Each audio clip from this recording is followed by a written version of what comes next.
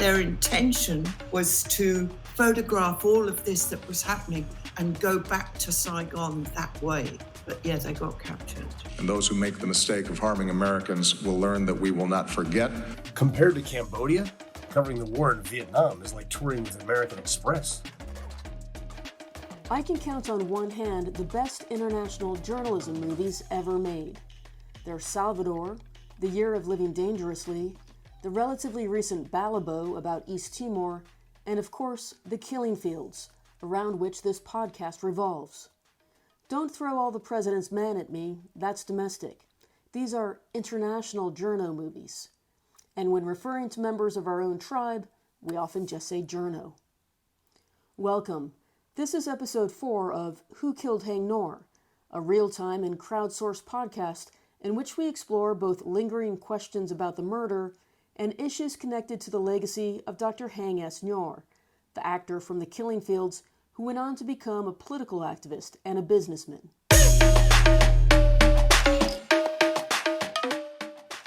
The Killing Fields takes some creative license in its retelling of some characters' actions amid the fall of Phnom Penh in 1975. But it makes clear how confusing and dangerous it is to work in a war zone, especially with a guerrilla army as insane as the Khmer Rouge.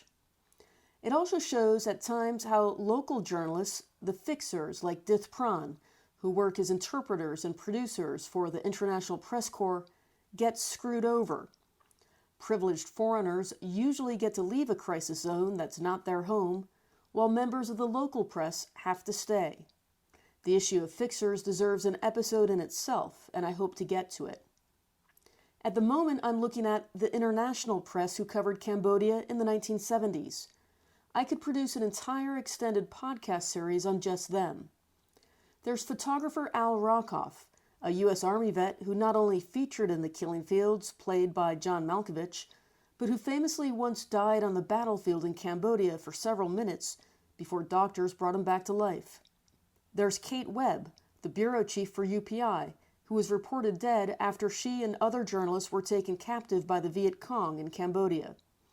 Weeks later, they were released, and Webb had the rare privilege of reading her own obituary. There's the New York Times' Elizabeth Becker, one of 3 journalists invited to meet Pol Pot in 1978 while the Khmer Rouge were in power, and one of just 2 to make it out alive. There's Neil Davis, Horst Foss, Philip Jones Griffiths, the list goes on. But there's no story, no mystery really more enduring than the disappearance of Sean Flynn and Dana Stone, and the decades-long quest by photographer Tim Page to resolve their fate. This story is so topsy-turvy, I'm breaking it into 3 episodes. The first will set the scene. The second and third will dive into more of the mystery surrounding Flynn and Stone, with its dead ends and false trails, mutineers and adventurers that captivates people like the disappearance of Amelia Earhart. Here's part 1. Tim, fortunately, has kept everything. So he has the missing journalist booklet. He's got notes saying, do not go out without telling people where you go. And he's just hung on to absolutely everything. Plus, I've been doing research for the last 20 years, basically, since Tim moved here with all his stuff, on tracking down what happened to these guys. That's Marianne Harris, known as Mao. She's the longtime partner of Tim Page. Tim is an absolute legend in Cambodia and Vietnam press corps circles, a British photographer known for his frontline photos, wild parties, stoner habits, and his search for Flynn and Stone. Tim died in 2022 at the age of 78. I'll put some links for Tim on the Who Killed Haing Nor webpage. Harris is Australian and a journalist in her own right. Right now, she's working on 2 documentary projects. One is about Tim's search for Flynn and Stone, called Closer to the Sun. Another, Vanished, is an homage to the 42 international press who were killed or went missing in Cambodia between 1970 and 1975. That's not counting Khmer journalists.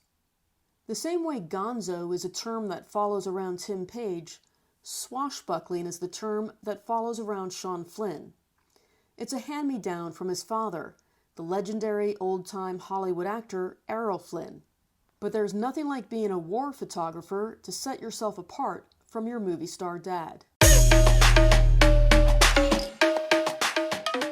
If you look at the New York Times' marvelous online archive, Times Machine, at the 1970s Cambodia coverage, you'll see headlines like, "Newsmen lead perilous existence in Cambodia." We'll let slide the casual sexism of the era. But that story from June 7, 1970, details the deaths and disappearances of 23 journalists, including 8 who disappeared in a single incident, later updated to 9. It includes these 2 paragraphs.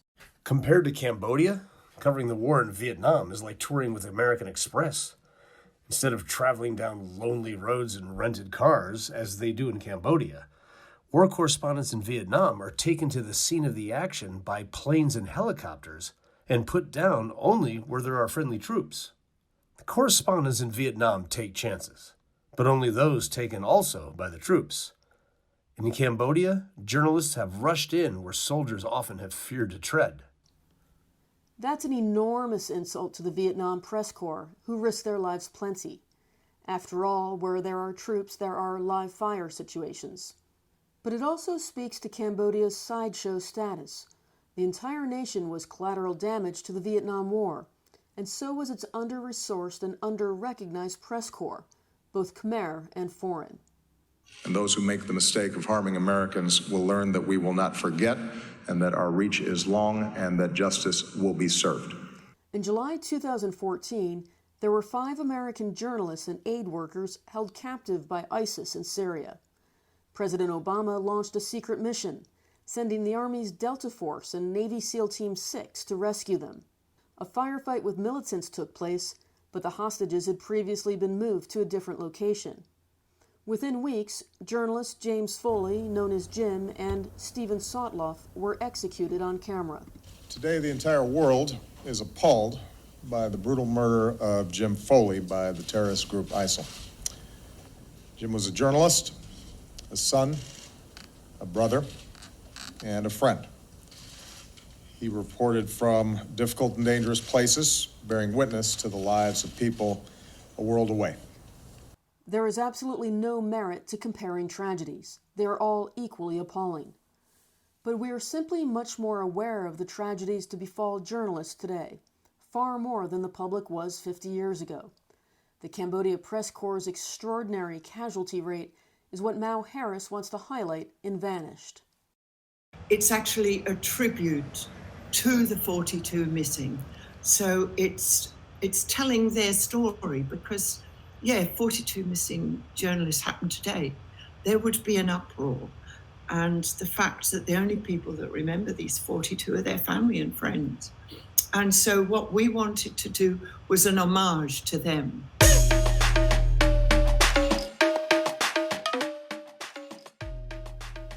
This is the scene Sean Flynn, Dana Stone, and the entire press corps found themselves in. It's April 1970. Flynn worked for Time magazine, while Stone was a freelance cameraman on assignment for CBS. The U.S. war in Vietnam is not going according to plan, while in Cambodia, the Khmer Rouge are just beginning to gain steam. Route 1, which links Cambodia's capital Phnom Penh to Saigon, the capital of South Vietnam, is probably the most dangerous in the region. The U.S. had been secretly bombing the Cambodian countryside, looking to destroy North Vietnamese supply lines, the Ho Chi Minh Trail, since 1969. So this is significant. Out in Cambodia's provinces like Svay Ring, where Route 1 cuts across, there were not only Khmer Rouge fighters, but also Viet Cong guerrillas and sometimes North Vietnamese troops. Journalists never knew who they were going to run into. If U.S. forces were illegally straying into Cambodian territory, that's a huge story. This is before GPS. Out in the field, journalists couldn't determine if jets streaking across the sky at a distance were on this side or that side of the border. Here's Mao Harris. The reporter whose name she can't think of right away is Bert Fields.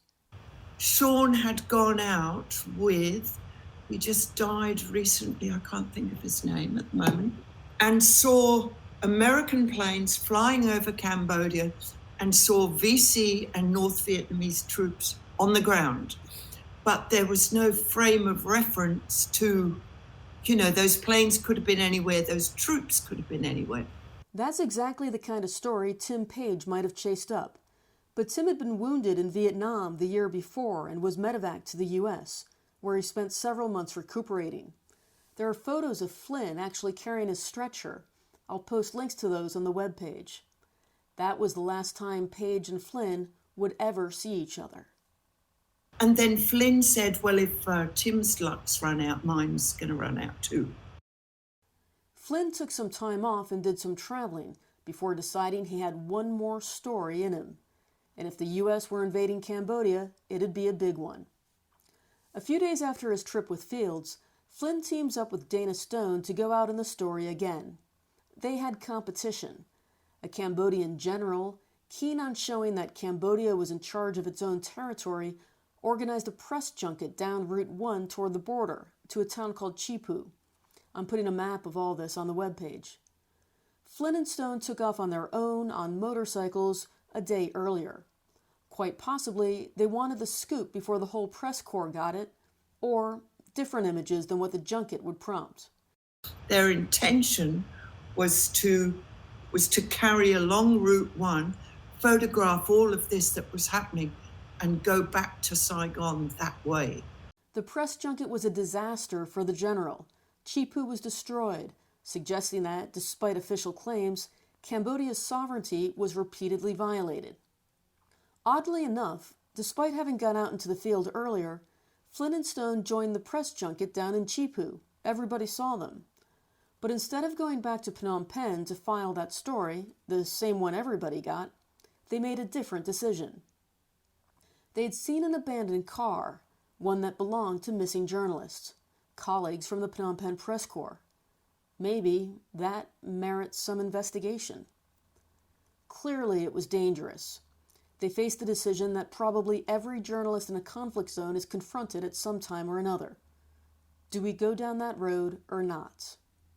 So there was a car with Claude Arpan and 4 Japanese journalists that had been shot up and was parked across the road. And they were gone, the journalists were gone. So Swan and Dana went down to see what happened, and they were captured.